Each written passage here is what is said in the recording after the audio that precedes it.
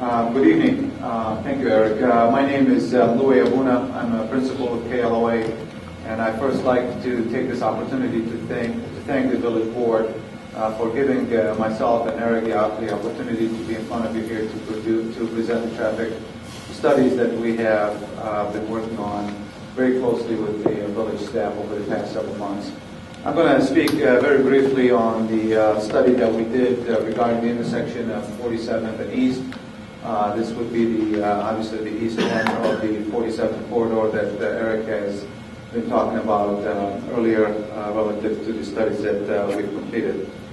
And this is an aerial view of the intersection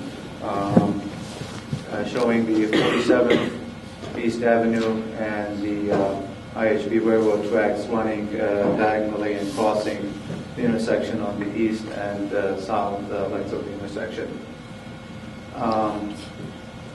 The purpose of the study was to establish the feasibility of installing traffic signals at the intersection, feasibility from the standpoint of whether A, the current traffic volumes traveling through the intersection meet the standards for the installation of a signal, and secondly is the ability to install those signals from a geometric standpoint and from the fact of the proximity of the railroad crossing at the two locations, the intersection. And the ultimate goal of installing the signal at this intersection is to improve the traffic operations at the intersection. And for all the people that travel through the intersection, you can obviously see the delays and the backups and the queuing that occurs at the intersection, and also create a safer environment for both the motorists as well as the pedestrians. This intersection has been identified as part of the CREATE program. It's considered, though, to be a long-term project. It's for grade separation of this intersection. The issue, obviously, is funding, and having this to occur is probably going to be a while before you see it happen. The existing conditions of the intersection, I'll run through this very quickly. 47th is a minor arterial that carries the higher volume of traffic, over 18,000 vehicles a day. East Avenue is considered the major collector, and it carries about 10,000 vehicles a day. There is a heavy truck movement going through the intersection, anywhere between 5 and 10%. The railroad crossing has 3 tracks on it, and there is a frequent freight train activity, about 50 a day, and we observed 3 to 5 during the peak hour, with the gates being anywhere between 4 and 5 minutes. The delays that happen at the intersection when the train comes and the gates are down, it takes about 20 minutes for the queues that build up on the various legs of the intersection. It takes about 15 to 20 minutes for these queues and for the traffic to normalize after the train event. And it is an under always stop sign intersection, and that's obviously contributing to the problems. And then when we analyze the intersection and took into account all the factors relative to the volumes and the geometry and the impact of the train, the level of service in the morning is at D. However, it does fail. It's at F during the evening peak hour because of the long queues and the delays. And this intersection falls under multiple jurisdictions. So we have Brookfield for the east leg of 47th, IDOT on the west leg. We have Cook County for East Avenue on the north, and IDOT on the south. So obviously that complicates the approval process in terms of all the different jurisdictions that would be involved in order for this to occur, as well as the ICC, which obviously controls the railroad tracks. So the issues that we looked at and considered in the analysis, one is the traffic congestion in terms of the amount of traffic and the delays that are being experienced, the long queues and the delays, the traffic impact from the train activity. Every time the train comes, the gates are down. That kind of builds up the congestion and takes a while for it to clear.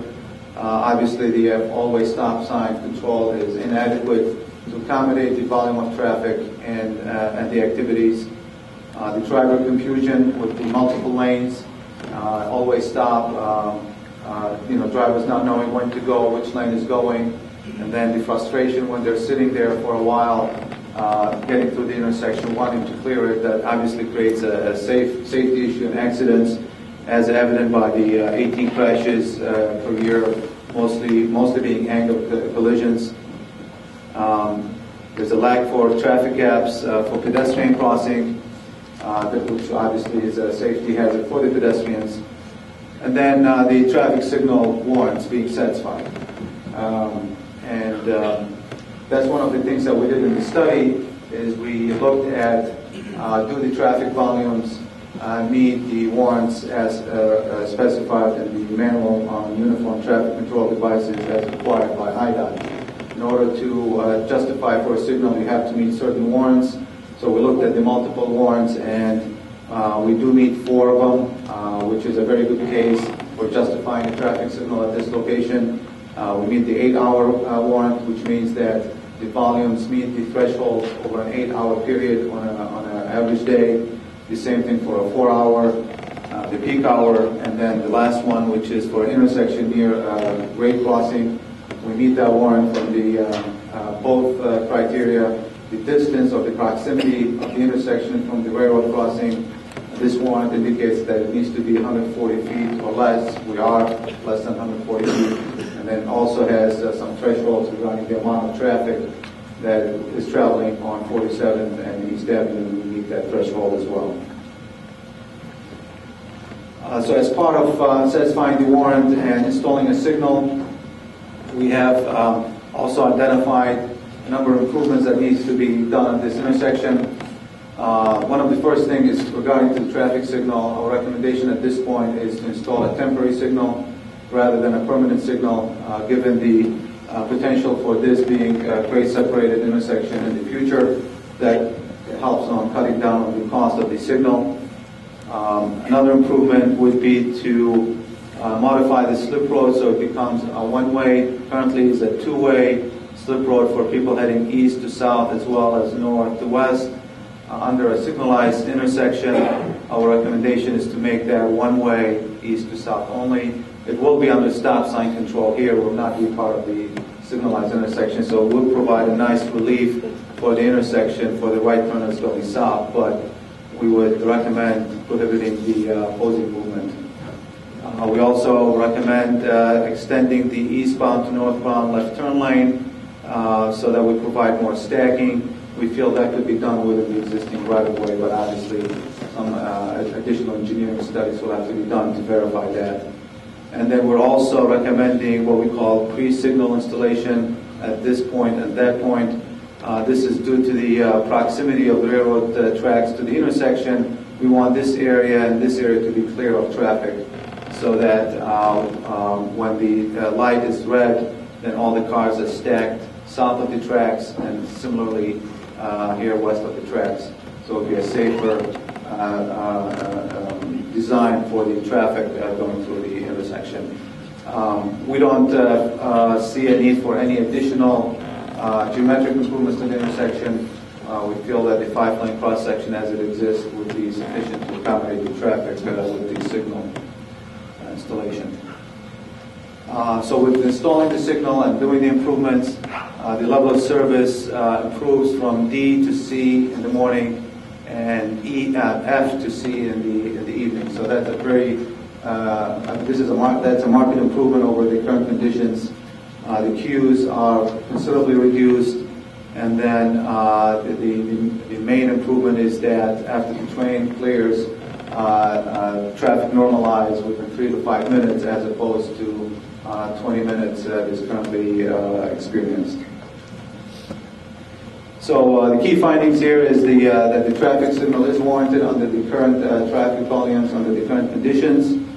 By implementing the improvements, the signalization, and the other improvements that I discussed earlier, that will improve the traffic operations, will reduce the traffic queues and delays, will normalize the traffic much faster after the train events, would make the intersection safer and would reduce the collisions, and also would increase the pedestrian crossing safety being under a signalized intersection. And with that, I thank you, and I'll turn it over to Mike.